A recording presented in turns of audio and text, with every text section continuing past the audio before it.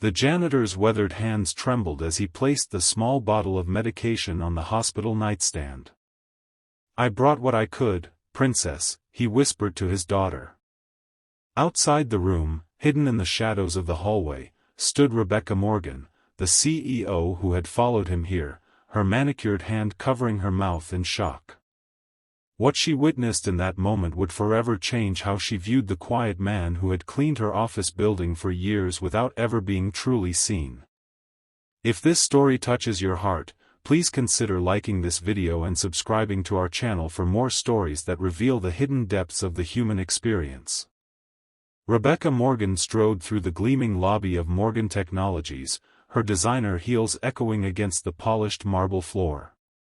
At 42, she was renowned in Silicon Valley for transforming a struggling tech company into an industry leader through relentless ambition and strategic brilliance. "Morning, Ms. Morgan," her executive assistant called, hurrying to match her pace. "Your investors' meeting is confirmed for 9:30, and the quarterly projections are ready for your review."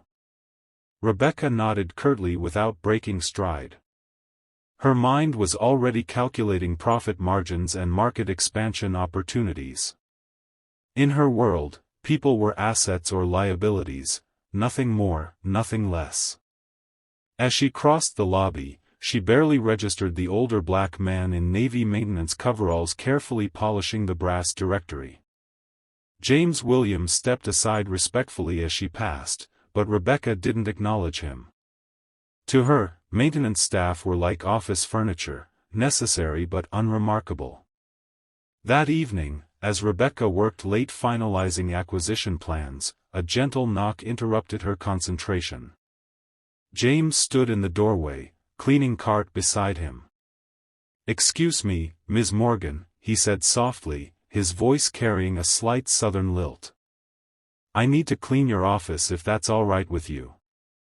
Rebecca glanced at her watch, 9:45 p.m. "Can't this wait? I'm in the middle of something critical." James hesitated. "I apologize for the interruption, ma'am, but my shift ends at 10:30, and I still have the conference rooms to finish." Something in his dignified tone made Rebecca actually look at him. James was tall with silver-streaked hair and eyes that reflected a quiet wisdom. She noticed his name embroidered on his uniform for the first time. "Fine," she said dismissively. "Just be quick and quiet." James nodded and began emptying her trash bins with practiced efficiency. As he worked, Rebecca noticed something unusual. He carefully retrieved a half-eaten protein bar from her trash, wrapped it in a clean napkin, and tucked it into his pocket. Rebecca frowned. Was an employee of her company so desperate he needed to salvage food from garbage? The thought created an uncomfortable knot in her stomach, but she quickly dismissed it.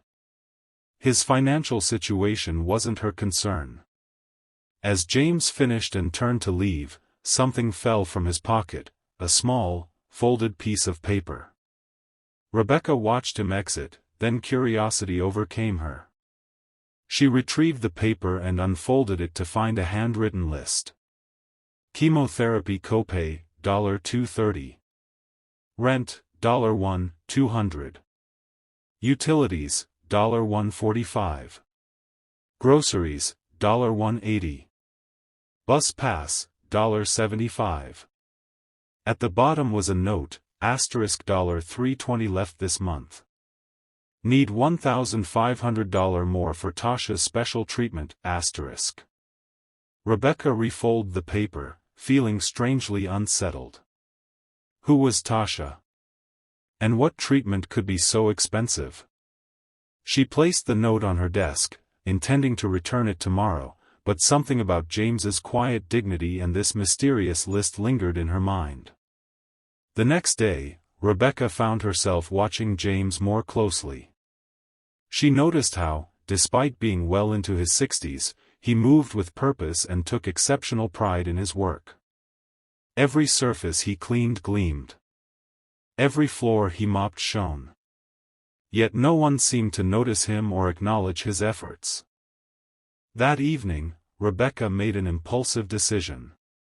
When James left the building at 10:30 p.m., she followed him. She told herself it was just curiosity about the note, perhaps even concern about an employee's welfare. But something deeper pulled her forward, a need to understand a life so different from her own. James boarded a public bus, and Rebecca followed in her Tesla, maintaining a discreet distance. The bus traveled from the affluent tech corridor to a neighborhood that grew increasingly modest. When James finally stepped off, they were in an area Rebecca had only seen from the highway, a working-class district with small apartment buildings and family-owned businesses. James walked 2 blocks to a small pharmacy. Rebecca parked across the street and watched as he purchased what appeared to be medication. Then he continued walking, eventually entering an apartment complex with a faded sign and simple landscaping. Rebecca sat in her car, uncertain what to do next. This felt invasive, yet she couldn't shake the feeling that there was more to James's story than she knew. After 15 minutes of internal debate, she saw James emerge again, now wearing clean khakis and a button-down shirt instead of his work uniform. He began walking purposefully down the street. Following him on foot now, Rebecca maintained her distance. James walked 5 blocks to County Memorial Hospital, not the prestigious private medical center where Rebecca had her executive health screenings, but a public hospital with a busy emergency room and harsh fluorescent lighting. James bypassed the ER and headed for the elevator. Rebecca slipped in behind a group of medical staff and followed him to the 5th floor, oncology. The sign hit her like a physical blow. Cancer. The word alone carried weight and dread. James walked directly to a room midway down the hall. Rebecca approached cautiously, peering through the partially open door. Inside, a young woman lay in a hospital bed. She appeared to be in her early 20s, but illness had clearly taken its toll. Her complexion was pale, her frame thin, and a colorful scarf wrapped around her head suggested hair loss from chemotherapy. "Daddy," the young woman said with a tired smile as James entered. "Hey, baby girl," James replied, his voice filled with a tenderness Rebecca had never heard before. "I brought your medicine and a little something to eat." Rebecca watched as James's weathered hands trembled while placing a small bottle of medication on the nightstand. "I brought what I could, princess," he whispered. "You're working too hard, Dad," the young woman said, reaching for his hand. "I can tell you're exhausted." "Don't you worry about me," James replied, smiling. "I've got plenty of energy. Always have." "Did you eat dinner?" she asked. James hesitated just long enough for Rebecca to know the answer was no. "Sure did," he said cheerfully. "Had a nice snack at work." Rebecca's chest tightened as she remembered the protein bar he had salvaged from her trash. "The doctor says this new immunotherapy might be the answer, Dad," the young woman said hopefully. "If it works, I could be back in nursing school by spring semester." "That's right, Tasha," James nodded. "And I've been saving up. Don't you worry about the money. You just focus on getting well." "But Dad, your retirement fund." "Hush now," James said gently. "What good is saving for tomorrow if I can't help my daughter today? Besides, I enjoy my work. Keeps me active." Rebecca stepped back from the door, her heart pounding. She had intruded on something intensely private, and shame washed over her. But more than that, she felt profound shock at the revelation of James's life beyond the invisible role he played at her company. This man, this father, whom she had barely noticed for years, was sacrificing everything for his daughter. Working well past retirement age, saving every penny, even salvaging food from the trash, all to give his child a fighting chance against cancer. Rebecca walked numbly back to her car, her mind racing. According to his employee file, which she had checked that afternoon. James had worked at Morgan Technologies for 12 years, 12 years of cleaning offices, sanitizing bathrooms, emptying trash, all while being treated as invisible by people like her. The next day, Rebecca couldn't focus on work. Every time she saw James in the hallways, she noticed new details: the careful way he preserved cleaning supplies, the respectful manner he used when helping an employee with a spilled coffee, the dignity with which he performed tasks most would consider beneath them. That afternoon, Rebecca called her head of human resources into her office. "Tell me about our health insurance for maintenance and custodial staff," she demanded. The HR director looked surprised. "They have our basic plan. It covers standard care but has high deductibles and limited coverage for specialized treatments or medications." "And what about dependents?" "Adult dependents aren't covered unless they're disabled. And even then, the coverage is minimal." Rebecca's jaw tightened. "I want a complete overhaul of our benefits package. Immediately. I want comprehensive coverage for all employees and their dependents, regardless of position. And I want retroactive coverage for any ongoing treatments."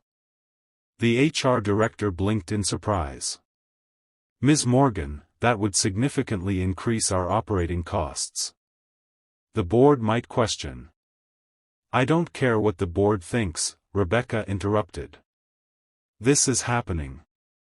If they have concerns, they can address them with me directly." After the HR director left, Rebecca sat at her desk, staring at the San Francisco skyline through her window. For the first time in years, she questioned the values that had driven her career. She had always believed that success was measured by innovation, market dominance, and shareholder value. But what good was all that if the people who made it possible couldn't even afford to care for their families? That evening, Rebecca stayed late again. When James knocked on her door, she invited him in. "James, please sit down," she said, gesturing to the chair across from her desk. He looked surprised and uncomfortable. "I don't want to disturb you, Ms. Morgan. I just need to clean." "Please," Rebecca insisted.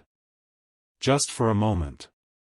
James hesitantly sat on the edge of the chair, his cleaning cart waiting in the hallway. "I believe you dropped this yesterday," Rebecca said, sliding the folded paper across her desk. James's eyes widened in recognition, and a flush crept up his neck. "I apologize for that, Ms. Morgan. It's just some personal notes." "James, I know about Tasha," Rebecca said gently. "I know she's in the hospital. I know you're struggling to pay for her treatment." The color drained from James's face. "Ms. Morgan, I assure you my personal challenges never affect my work performance. I've maintained perfect attendance and—" "That's not why I brought it up," Rebecca interrupted. "I brought it up because I want to help." James stared at her, confusion evident in his eyes. "Our company is implementing a new health insurance policy," Rebecca continued. "It will cover all employees and their dependents, with comprehensive coverage for serious illnesses, including cancer treatments and immunotherapy." James's hands began to tremble. "Ms. Morgan, I don't understand." "It means Tasha's treatment will be covered. All of it. And any expenses you've already incurred will be reimbursed." James's eyes filled with tears. "Why would you do this?" Rebecca felt her own eyes growing moist. "Because it's the right thing to do. Because every person in this building matters, James. Including you. Especially you." James covered his face with his hands, his shoulders shaking with silent sobs. Rebecca came around her desk and, after a moment's hesitation, placed her hand on his shoulder. "I'm sorry," James said, wiping his eyes. "It's just, Tasha's all I have. Her mother passed when she was 10, and then last year," right after she started nursing school, she was diagnosed. I've been trying so hard to give her a chance, but the medical bills keep mounting. You don't have to do it alone anymore, Rebecca said softly. The next day, Rebecca visited Tasha in the hospital. The young woman was surprised to meet her father's employer but welcomed her warmly. Despite her illness, Tasha was intelligent and gracious, with the same quiet dignity Rebecca had observed in James. "Your father is an extraordinary man," Rebecca told her. Tasha smiled. "He's my rock. Always has been. He never got to finish college himself, but he worked multiple jobs to make sure I could pursue my dream of becoming a nurse. When I got sick, he promised me he'd find a way to make me well again, no matter what it took." "I believe he would," Rebecca said, her throat tight with emotion. Over the following weeks, Rebecca implemented sweeping changes at Morgan Technologies. The new health insurance policy was just the beginning. She raised wages for support staff, created an education assistance program, and established a crisis fund for employees facing personal emergencies. The board initially pushed back, citing concerns about profitability, but Rebecca stood firm. "These aren't just expenses," she argued during a tense meeting. "They're investments in our people. And our people are what make this company exceptional." To her surprise, the changes yielded unexpected benefits. Employee morale soared. Retention rates improved dramatically. Productivity increased. The company's reputation in the tech industry transformed, attracting both customers and talent who valued corporate responsibility. But the most profound change was in Rebecca herself. She began to see her employees as people with lives, dreams, and challenges, not just resources to be optimized.